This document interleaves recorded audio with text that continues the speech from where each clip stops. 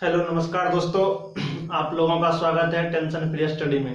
दोस्तों हम लोग क्लास 10th का फिजिक्स जो है इससे पहले स्टार्ट किए थे। उसमें लगभग हम लोग जो है 7-8 क्लास जो है पढ़ चुके हैं। आज हम लोग जो है केमिस्ट्री भी स्टार्ट कर चुके हैं। आज हम लोगों का पहला क्लास है।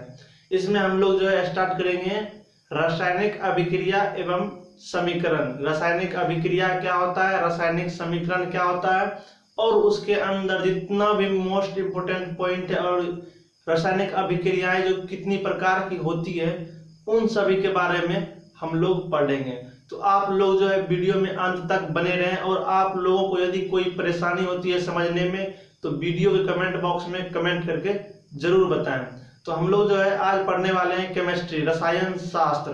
तो आप लोगों को बेसिक जानकारी होगा कि हम लोग जो है रसायन शास्त्र किसे कहते हैं या केमिस्ट्री किसे कहते हैं। तो हम लोग जो है मुख्य रूप से रसायन शास्त्र में पदार्थों के गुणों के बारे में पढ़ते हैं कि कोई भी पदार्थ जो है उसका क्या गुण है, वह किस प्रकार से अपने आप में परिवर्तन लाता है या किसी के साथ अभिक्रिया करके उसके बाद क्या परिवर्तन लाता है।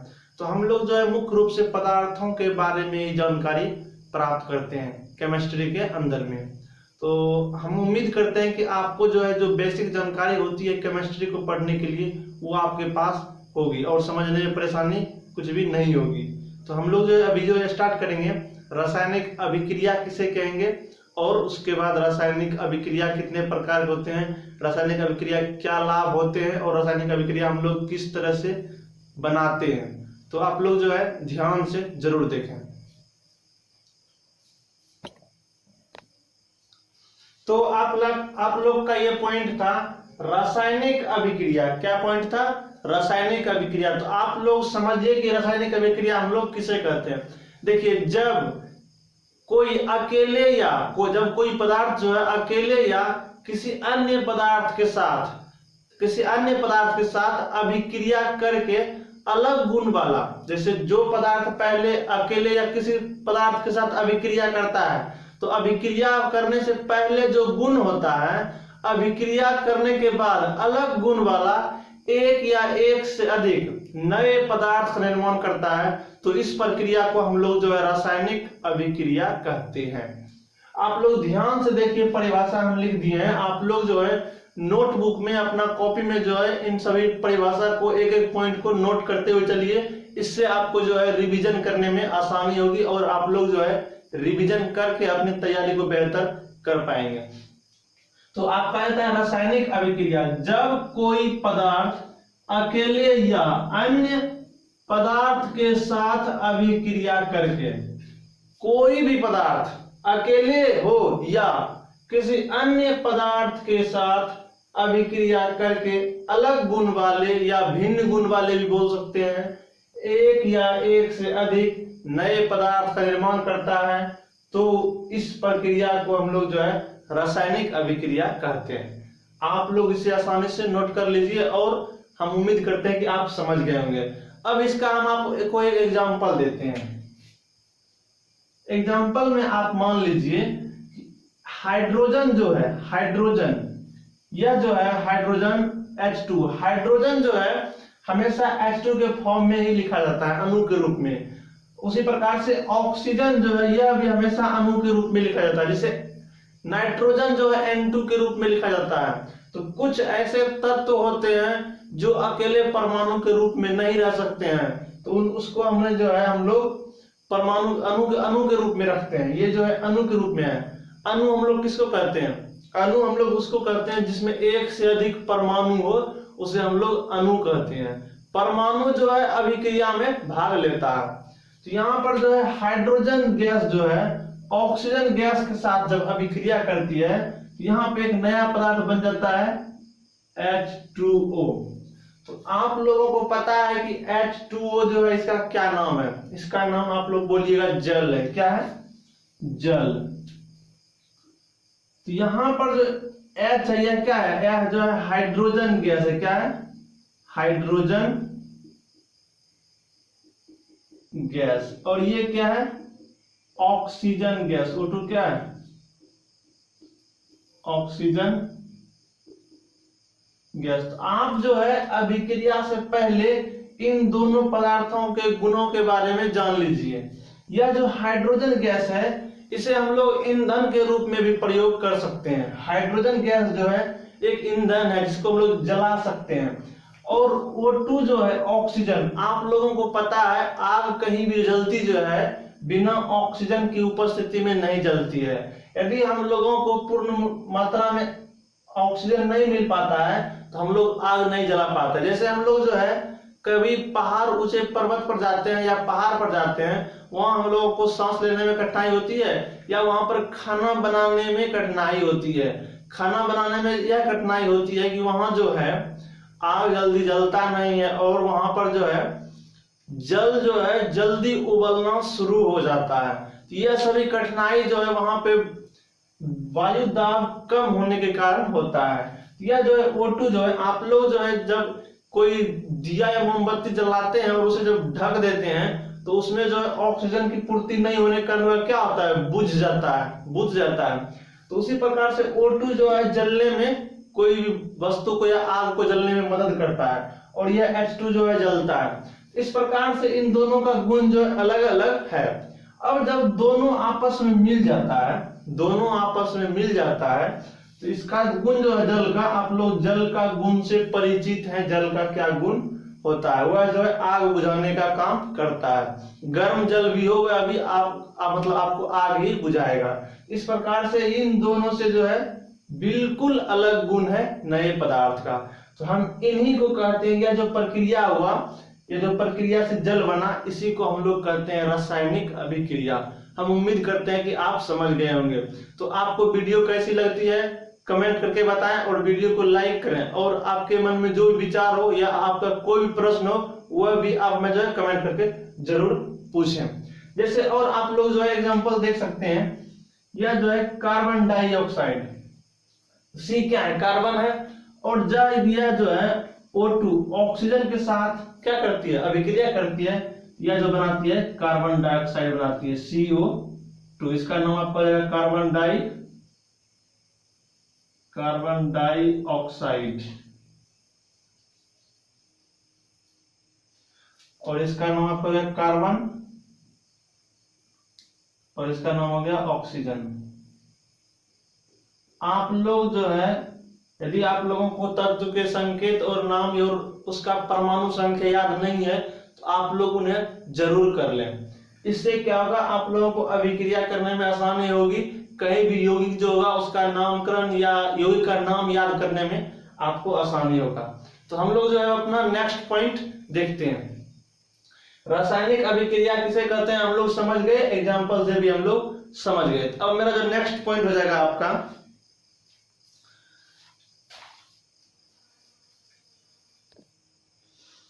अब आपका अगला पॉइंट आ जाता है कि अभिकारक किसको कहते हैं और प्रतिफल या उत्पाद किसको कहते हैं। तो आप लोग जो है ध्यान से देखिए कि रासायनिक अभिक्रिया में भाग लेने वाले पदार्थों को अभिकारक कहते हैं। यहाँ जो हमने एग्जाम्पल लिखा था रासायनिक अभिक्रिया का, उसमें जो है हाइड्रोजन और ऑक्सीजन क्या कर रहा है, अभिक्रिया में भाग ले रहा है। इस हाइड्रोजन को और ऑक्सीजन को हम लोग क्या कहेंगे, अभिकारक कहेंगे। इसके एग्जाम्पल में क्या हो जाएगा, भाग लेने वाला पदार्थ क्या था, हाइड्रोजन और ऑक्सीजन। ये दोनों आपका क्या हो गया, अभिकारक का एग्जाम्पल हो गया। ध्यान से देखिए, रासायनिक अभिक्रिया में भाग लेने वाले पदार्थों को अभिकारक कहते हैं, जो कि तीर चिन्ह से पहले होता है। मतलब तीर चिन्ह से पहले जो भी पदार्थ होगा वह मेरा अभिकारक होगा। और प्रतिफल या उत्पाद, तो रासायनिक अभिक्रिया के फलस्वरूप बने पदार्थ को उत्पाद या प्रतिफल कहते हैं। इसमें आप थोड़ा चेंज कर सकते हैं कि रासायनिक अभिक्रिया के फलस्वरूप बने नए पदार्थ को उत्पाद या प्रतिफल कहते हैं। देखिए हम लोग जो भी कुछ नया पदार्थ बनाते हैं उसको हम लोग उत्पाद ही बोलते हैं या तो प्रोडक्ट इंग्लिश में बोलते हैं। तो इस प्रकार से आपका एग्जांपल जो हो जाएगा प्रतिफल या उत्पाद, ये आपका हो गया H2O हो गया। मतलब कि हाइड्रोजन और ऑक्सीजन जब अभिक्रिया किया तो वह जल बना, तो जल आपका उत्पादन हो गया, उत्पाद हो गया, प्रोडक्ट हो गया, और अभिकारक आपका हो गया H2 और O2। इस प्रकार से अभिकारक और प्रतिफल क्या होता है आप लोग समझ गए। अब हम लोग जो है नेक्स्ट पॉइंट देखते हैं। अब आपका अगला पॉइंट आ जाता है रासायनिक अभिक्रिया की विशेषताएं। कोई भी जो रासायनिक अभिक्रिया होती है, मतलब समान रासायनिक अभिक्रियाएं, उनकी विशेषता क्या क्या होती है उसे हम जानना है। तो वह जो हमने 5 पॉइंट नोट किया है। पहला पॉइंट है आपका कि उसका जो विशेषता होता है अभिक्रिया का, उसमें जो है जब भी कोई भी अभिक्रिया होगा उसमें जो है किसी ना किसी अभिक्रिया में गैस की उत्पत्ति होगा। दूसरा आपका अवक्षेप का बनना, अवक्षेप बनेगा। उसके बाद रंग में परिवर्तन होगा। उसके बाद ताप में परिवर्तन होगा और अवस्था में परिवर्तन। तो ये आपका 5 पॉइंट है। यदि आपसे पूछती है प्रश्न में कि रासायनिक अभिक्रिया की विशेषताएं क्या है, तो आपको ये 5 पॉइंट लिख देना है। आपको इनमें फुल नंबर मिलेगा। अब देखिए गैस की उत्पत्ति कहाँ पे होती है। यदि आपको 2 पॉइंट ही लिखने हैं तो उन दोनों का एग्जाम्पल देना बहुत जरूरी है। आपको हम प्रत्येक पॉइंट बताएंगे क्या होता है। तो गैस की उत्पत्ति कैसे होता है, जैसे देख लीजिए, कह रहा है कि जब जिंक के साथ में जो है, या जर्डेन क्या होता है, जर्डेन जिंक होता है, इसके साथ में हाइड्रोक्लोरिक अम्ल का अभिक्रिया कराते हैं। जब जिंक जो है HCl के साथ अभिक्रिया करता है तो यहां पर जो है ZnCl2 जिंक क्लोराइड बनता है और यहाँ पे जो है H2 गैस जो है मुक्त होता है। गैस जो मुक्त होता है उसे ऊपर के तीर चिन्ह से दर्शाते हैं। यहाँ पर जो है जिंक के दानेदार दस्ता पर जब HCl हाइड्रोक्लोरिक एसिड डाला जाता है तो इसी को हम लोग बोलते हैं अभिक्रिया। एक जो है तत्व एक यौगिक है, अभिक्रिया करके क्या बनाया, ZnCl2। इसका नाम जो रहता है जिंक क्लोराइड, इसका नाम हो जाता है जिंक क्लोराइड। और ये आपका H2 जो है हाइड्रोजन गैस क्या हुआ, मुक्त हुआ, हाइड्रोजन गैस। इस प्रकार से आप देख लिए कि Zn जब जो है HCl के साथ अभिक्रिया करता है तो ZnCl2 बनाकर यहाँ पे गैस मुक्त हो रहा है H2 हाइड्रोजन गैस। तो यहाँ पर गैस की उत्पत्ति हो रहा है अभिक्रिया होने के फलस्वरूप। अब जो और एग्जांपल आप एक ले सकते हैं कि जब जो है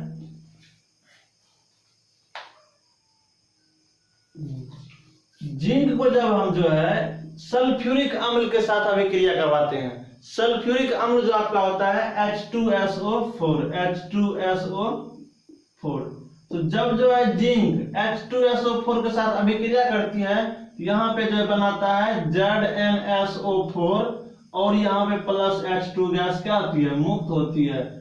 इस प्रकार से देखिए जब जिंक के साथ HCl, यह भी एक एसिड है, हाइड्रोक्लोरिक एसिड, और जब जिंक के साथ जो है H2SO4 सल्फ्यूरिक अम्ल का अभिक्रिया कराते हैं तो दोनों स्थिति में जो है H2 गैस मुक्त होती है और यह जो बना आपका जिंक सल्फेट बना। क्या बना, जिंक सल्फेट। आप जो है इन सभी का नाम लिख लें और एक अलग एक छोटी सी एक कोई कवर पेज पर इसको लिखें, जिससे कि आपको बार बार रिवीजन करके इस यौगिक का नाम याद रखने में आसानी हो। इन सभी यौगिक का नाम जो है बहुत ही जरूरी है, तो आप लोग जो है इस बात को नहीं भूलें, इन सभी को जरूर ही याद कर लें। आप लोगों के एग्जाम में जो है नामकरण से संबंधित भी जो है 5 ऑप्शन में देके मैच करने के लिए पूछ लिया जाता है। तो आप जो है गैस की उत्पत्ति कैसे होती है समझ गए।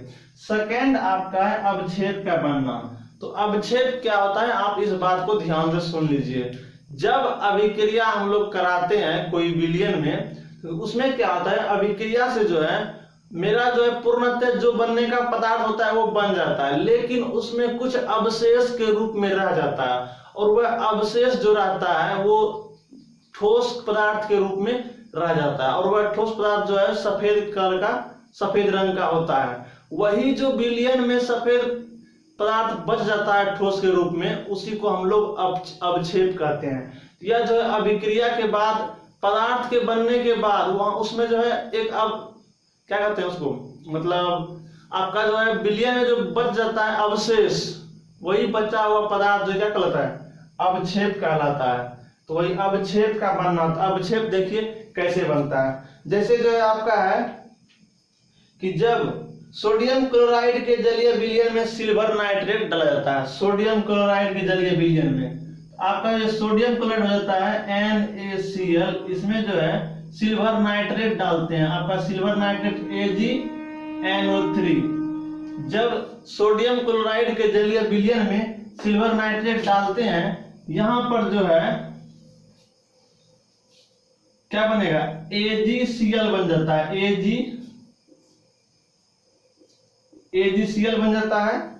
जब सोडियम क्लोराइड के जलीय विलयन में सिल्वर नाइट्रेट का डालते हैं तो सिल्वर क्लोराइड का दही जैसा सफेद अवक्षेप बनता है, सिल्वर क्लोराइड का दही जैसा सफेद अवक्षेप। यह जो है AgCl, इसी का जो है दही जैसा सफेद अवक्षेप बनता है। और अवक्षेप जो बनता है तो हम लोग इस प्रकार से तीर चिन्ह से दर्शाते हैं। गैस की मुक्ति होता है तो गैस ऊपर की ओर उड़ता है तो तीर चिन्ह ऊपर की ओर लगाते हैं, और जब अवक्षेप बनता है तो वहां पर हम लोग जो है तीर की चिन्ह नीचे लगाते हैं। इस बात को भी आप ध्यान रखिएगा। तो सिल्वर क्लोराइड का क्या बना, सिल्वर क्लोराइड का जो है अवक्षेप बना, और NaNO3 सोडियम नाइट्रेट बनता है रिएक्शन करने के बाद। तो इसका जो नाम आपका हो जाता है सोडियम नाइट्रेट, सोडियम नाइट्रेट, इसका नाम हो गया सोडियम नाइट्रेट, और इसका नाम आपको हो गया AgCl का सिल्वर क्लोराइड, सिल्वर क्लोराइड। इस प्रकार से आप देख रहे हैं कि सोडियम क्लोराइड के जलीय विलयन में जब हम सिल्वर नाइट्रेट डालते हैं तो उससे जो है AgCl क्या होता है, अवक्षेप हो जाता है, दही जैसा बच जाता है विलयन में, और NaNO3 का निर्माण होता है। तो अवक्षेप इस प्रकार से किसी न किसी रासायनिक अभिक्रिया में बनता है। ऐसा नहीं है कि सभी रासायनिक अभिक्रिया में अवक्षेप बनता है, ऐसा नहीं है, या सभी रासायनिक अभिक्रिया में गैस की उत्पत्ति भी नहीं होती है, किसी में होती है किसी में नहीं होती है। यह जो है रासायनिक अभिक्रिया की विशेषता है, गैस की उत्पत्ति होना, अवक्षेप का बनना। अब हम नेक्स्ट जो देखेंगे आपका रंग में परिवर्तन जो है किस रासायनिक अभिक्रिया में होगा। जैसे आपका जो है रंग में परिवर्तन हो जाता है, जैसे पोटेशियम परमैंगनेट के बैंगनी रंग के विलयन में, जैसे पोटेशियम परमैंगनेट होता है KMnO4, इसमें जो है जब इसका बैंगनी रंग का जो विलयन होता है उसमें हम लोग जब नींबू का रस डालते हैं, नींबू का रस जब डालते हैं तो इसका जो रंग जो है ये क्या कहते हैं, बैंगनी रंग इसका होता है गायब होने लगता है। तो इसका जो है बैंगनी रंग क्या होता है, बैंगनी रंग गायब हो जाता है। तो पोटेशियम परमैंगनेट के विलयन में जब नींबू रस डालते हैं तो बैंगनी रंग जो है पोटेशियम परमैंगनेट का गायब होने लगता है। इस प्रकार से हम कह सकते हैं कि जब अभिक्रिया होती है तो उसमें रंग में भी परिवर्तन होता है, लेकिन सभी अभिक्रिया में नहीं होती है, कुछ ही अभिक्रिया में होती है। अब अगला देखते हैं हम ताप में परिवर्तन। ताप में परिवर्तन का मतलब हुआ कुछ अभिक्रियाएं ऐसी होती है जिसमें जो है ताप बढ़ जाता है या ऊष्मा उत्पन्न होता है, और कुछ ऐसी अभिक्रियाएं होती है जिसमें ताप जो है टेम्परेचर घट जाता है और या ऊष्मा का अवशोषण होता ही नहीं है, ठंडा पड़ जाता है। तो इस प्रकार में जो है, इस प्रकार से हम कह सकते हैं कि अभिक्रिया में जो है ताप में परिवर्तन भी होता है रासायनिक अभिक्रिया में। तो आपका एग्जांपल इसमें हो जाएगा, जैसे जो है कली चूना जो है उस पर जब हम लोग जल गिराते हैं, कली चूना पर, चूना जैसे आप लोग घर द्वार पोतने के लिए यूज करते हैं, लाते हैं घर बाजार से, उन चूना पर यदि हम जल डालते हैं, उस जल को चूना में डालते हैं तो वह जो है गर्म हो जाता है या खौलने भी उबलने भी लगता है। यह जो है अभिक्रिया हमें बताता है कि ताप में परिवर्तन भी होता है। आप लोग यदि प्रैक्टिकल नहीं किए हैं तो कर सकते हैं चूना पर जो है पानी डालकर। तो जब कली चूना के एक ढेले पर जल गिराते हैं तो ऊष्मा उत्पन्न होती है। इस प्रकार से आप लिख सकते हैं कली चूना के ढेले पर जल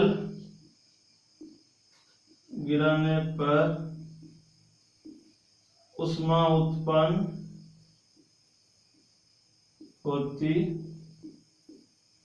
है। तो क्या होता है, ऊष्मा उत्पन्न होती है।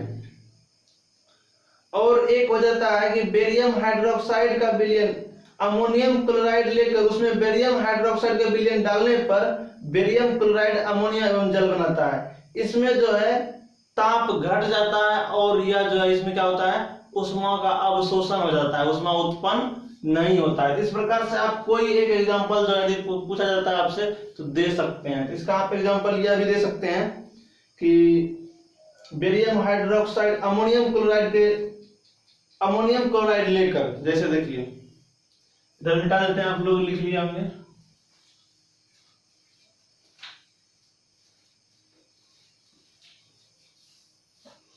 Ammonium chloride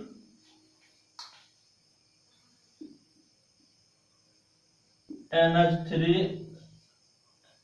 NH4Cl ammonium chloride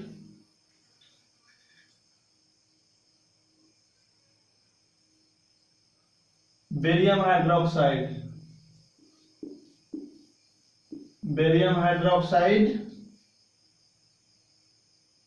का विलयन लेने पर जो है इसमें जो है क्या होता है,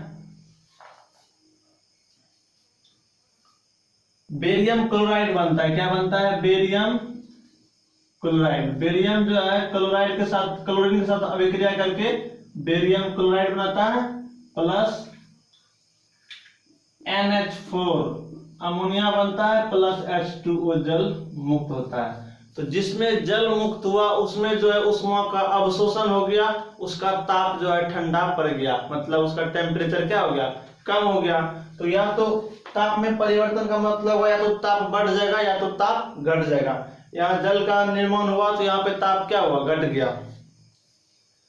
तो इस प्रकार से जो है उसे स्पर्श करने पर जो है ठंडक महसूस होती है। जब उस अभिक्रिया के प्रणाली को हम लोग टच करेंगे, छुएंगे, तो उसमें हम लोग को ठंडक महसूस होगी। इस प्रकार से हम देख लिए कहीं पे जो है ताप बढ़ जाता है, कहीं पे ताप घट जाता है। इस प्रकार से ये रासायनिक अभिक्रिया की विशेषताएं था। पहला गैस की उत्पत्ति, दूसरा अवक्षेप का बनना, तीसरा रंग में परिवर्तन, चौथा ताप में परिवर्तन और लास्ट है अवस्था में परिवर्तन।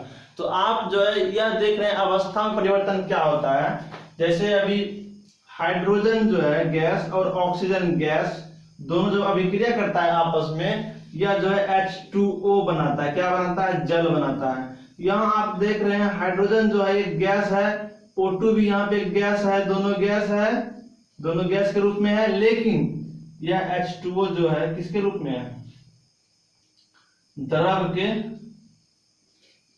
रूप में है। तो यहाँ देखिए क्या हो गया, गैस से क्या बन गया, द्रव। तो इसके अवस्था में भी परिवर्तन होता है, पदार्थ की अवस्था में परिवर्तन होता है। इस प्रकार से जो है रासायनिक अभिक्रिया के जो विशेषताएं होती है उनको आप लोग देख लिए हैं, उनका एग्जांपल भी आप लोग समझ लिए हैं। आप लोगों को वीडियो कैसी लगी आप जो है हमें वीडियो के कमेंट बॉक्स में कमेंट करके बताइए। और आप लोग जो है यदि वीडियो अच्छी लगती है तो लाइक करें, अपने दोस्तों के साथ शेयर करें। और हम लोग इसी प्रकार से और कमेंट करके जरूर बताएं कि आप लोगों को वीडियो कैसी लगी।